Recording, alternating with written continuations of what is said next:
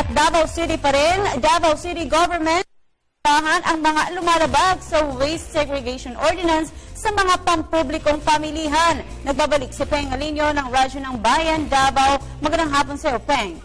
Yes, magandang hapon muli sa iyo, Princess. Sisimulan na sa susunod na linggo ang paghuli ng Civilian Security Unit o CSU sa pampublikong palengke sa lungsod ng Davao. At nag-issue na ito ng citation tickets sa garbage segregation violators dahil sila ngayon ay deputized na ng Davao City Environment and Natural Resources Office o CENRO.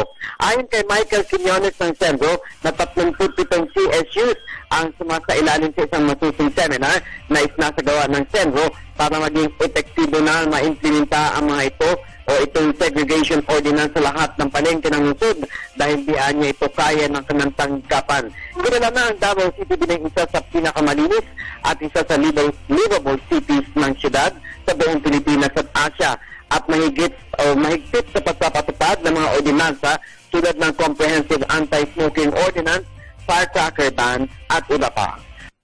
Radyo ng Bayan, Peng Alinio, Radyo ng Bayan, Davao. Maraming salamat sa iyo, Peng.